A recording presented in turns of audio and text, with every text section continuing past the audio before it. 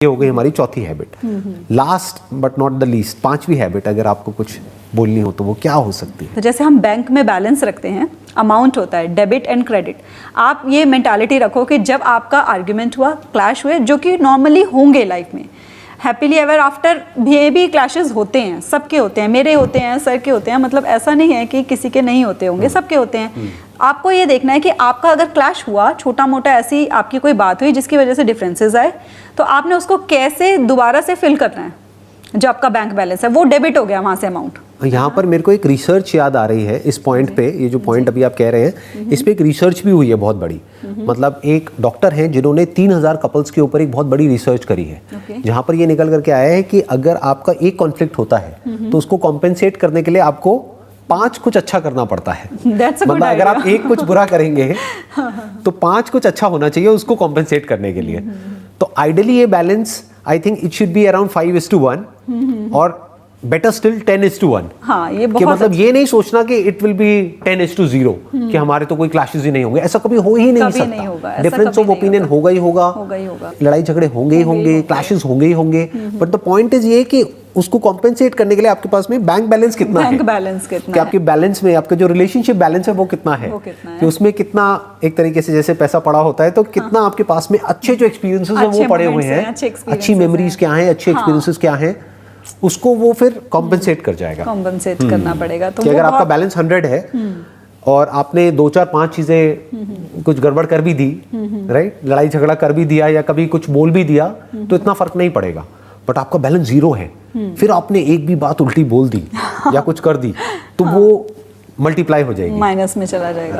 तो इसमें बहुत एक अच्छा टिप होता है, क्योंकि इसमें जब हम थोड़ा टाइम हो जाता है हमारे रिलेशनशिप में तो हमको सॉरी की कोई वैल्यू रहती नहीं है।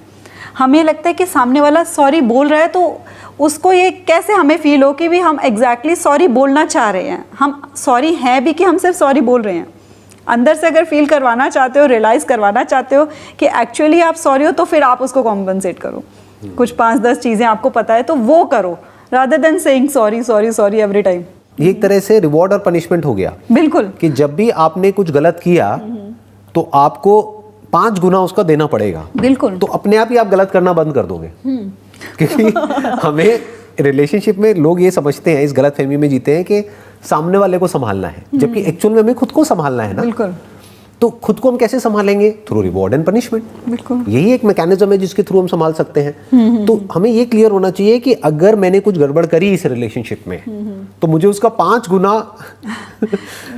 वो भरना पड़ेगा। क्या बोलते हैं, हरजाना या जो भी होता है लगान या वो भरना पड़ेगा, यानी कि मुझे उसको कॉम्पेंसेट करने के लिए 5 गुना कुछ अच्छा करना पड़ेगा। That could be anything. For example, हाँ, जैसे मेरे हस्बैंड को मूवीज देखनी नहीं पसंद बाहर जाके, अगर मुझे पता होता है कि कुछ ऐसी बात हुई है तो मैं सॉरी नहीं बुलवाती। पहले मुझे लगता था सॉरी बोल दो, वो ईगो बूस्ट होती है बस सॉरी से। तो मैं कहती हूँ अब मूवी देखने चलना पड़ेगा। और वो कुछ भी लड़ने से पहले 4 बार सोचेंगे क्योंकि मुझे मूवी देखनी पड़ेगी 3 घंटे जाके। कि मतलब जैसे बैंक बैलेंस होता है वैसे एक रिलेशनशिप का बैलेंस हो गया। ये हमारी एक हैबिट है जिसको हम अपने अंदर इनकॉर्पोरेट कर सकते हैं एक रिलेशनशिप में। बिल्कुल। और प्लस इससे एक और बेनिफिट होगा बहुत बड़ा कि जब भी कुछ बुरा होगा तो वो बुरा एक्चुअल में बुरा नहीं है, क्योंकि उसको बुरे को अच्छे में कन्वर्ट करने के लिए अगर 5:1 की इक्वेशन हम समझ रहे हैं तो हम एफर्ट करेंगे, एक्स्ट्रा माइल जाएंगे कुछ वापस से रिवाइव करने के लिए उस रिलेशनशिप को। नहीं तो वो रिलेशनशिप धीरे धीरे डेड होने लग जाती है, बोरिंग हो जाती है। उसको इंटरेस्टिंग बनाने के लिए जब भी लड़ाई हुई हमने कुछ अच्छा किया तो वो एक तरह से आपके बैंक अकाउंट में कुछ ऐड हो रहा है। वो फ्रेशनेस भी मेंटेन रहती है। वो फ्रेशनेस भी मेंटेन रहती है जब आप इस तरह का टेक्स्ट भेजते हैं। प्लस जब आप कोई रायता फैलाओगे या जब कुछ गड़बड़ करोगे रिलेशनशिप में, उस वक्त ये बैंक बैलेंस आपके बहुत काम आएगा। ये रिलेशनशिप बैलेंस काम आएगा। बिल्कुल सही बात है, क्योंकि आपके पास जब क्लैशेस भी कभी होंगे तो आपके पास जो वो पॉजिटिव मेमोरीज, पॉजिटिव एक्सपीरियंसेस है ना, वो फिर उस पर हावी हो जाते हैं। आप सोचो, कितना ही कोशिश कर लो नेगेटिव सोचने की सामने वाले पर्सन के बारे में, जैसे ओवर थिंकिंग करता है हमारा माइंड जब क्लैश होता है, आप कितनी भी कोशिश करोगे ना, अगर आपका बैंक बैलेंस जो है वो अच्छे से भरा हुआ है ना, तो वो उसके ऊपर हावी हो जाता है। वो कहते हैं, आप मन में सोचोगे नहीं ये ऐसे करता है, वो कहेगा कहाँ नहीं करता, इतना बैंक सब बैलेंस अच्छा भी देखो, तो है। हाँ कितना right. कुछ है बैंक बैलेंस में, कहाँ करता है, ये तो छोटी सी बात है। Right. तो ये बिल्कुल ऐसा हो गया कि कोई आदमी कह रहा है कि मैं तो गरीब हूँ, हाँ। और उसके बैंक बैलेंस में करोड़ों रुपए पड़े हुए हैं। बिल्कुल हाँ। बिल्कुल, है ना, कि तो किसी कहाँ छोटी सी गरीब? बात पे आप कह रहे हो कि जैसे अगर वैलेंटाइंस डे है, रोज नहीं लेके आया, भूल गया सामने वाला, आप कह रहे हो कि ये तो मुझसे प्यार ही नहीं करता, हाँ। तो वो बैंक बैलेंस उसी टाइम आपके सिर पे आकर कहेगा कहाँ नहीं करता, ये देखो मेमोरीज कुछ तो कर रहा है, कितना right. कुछ तो कर रहा है। हाँ। तो आपको अपने आप ही वो जो माइंड में कॉन्फ्लिक्ट हुआ होगा वो अपने आप ही शांत हो जाते हैं धीरे धीरे।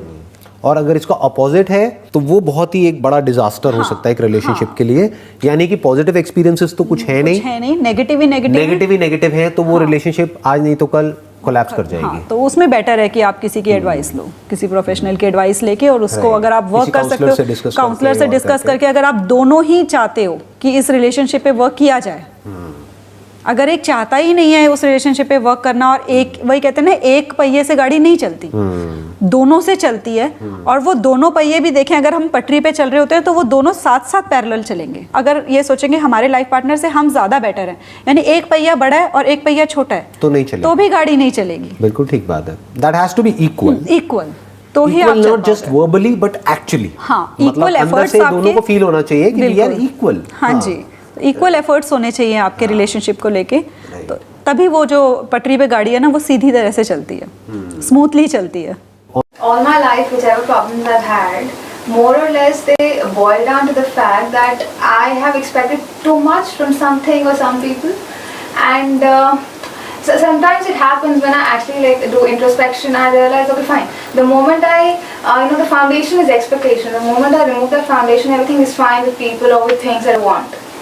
But then that doesn't happen on a regular basis, on a continuous basis, and that's why I'm very restless. So it all boils down to the fact that I am probably expecting too much, and I sometimes do realize that I'm expecting too much, but then I can't help it. I just basically want to ask you how to detach, because I've seen a lot of sessions where you've spoken about, how to detach yourself or how to not expect.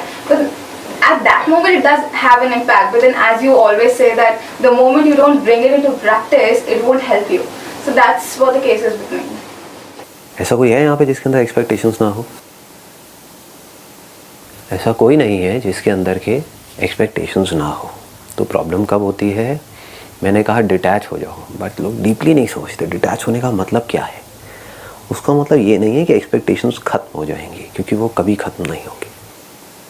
आपके अंदर लड़ाई हो क्यों रही है? अगर ध्यान से देखोगे, जो प्रॉब्लम है वो हो क्यों रही है, या आपके अंदर ही नहीं पूरी दुनिया के अंदर प्रॉब्लम हो क्यों रही है? सारे ही दुखी हैं।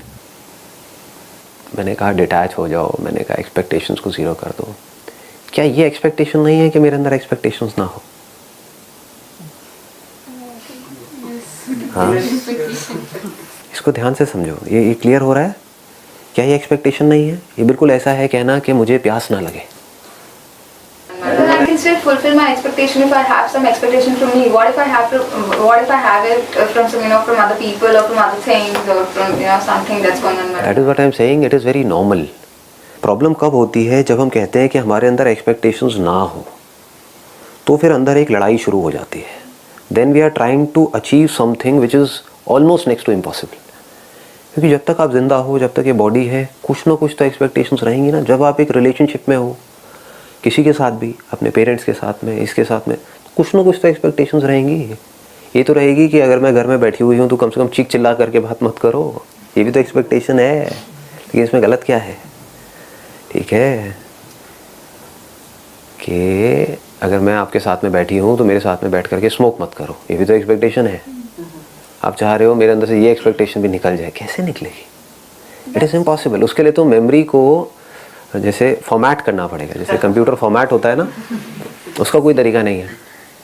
साइंस हो सकता है बना लेगी, लेकिन उसके बाद में आप एक जिंदा लाश के जैसे हो जाओगे, है कि नहीं? वापस ज़ीरो से शुरू करना पड़ेगा, चलना भी सीखना पड़ेगा, वो तो मेमोरी में है। तो इस एक्सपेक्टेशन को भी छोड़ दो कि मेरे अंदर कोई एक्सपेक्टेशंस ना रहे, then you are at peace. Normal है। कभी एक्सपेक्टेशंस होंगी, कभी नहीं होगी। जब एक्सपेक्टेशंस होंगी तो एक्सपेक्टेशंस की वजह से प्रॉब्लम भी होगी, जब एक्सपेक्टेशंस नहीं होगी तो प्रॉब्लम भी नहीं होगी। जब इस पूरी मूवमेंट को हम समझ पा रहे हैं, जैसे बॉडी है तो उसमें कभी दर्द होगा, कभी नहीं होगा, कभी बीमारी होगी, कभी नहीं होगी।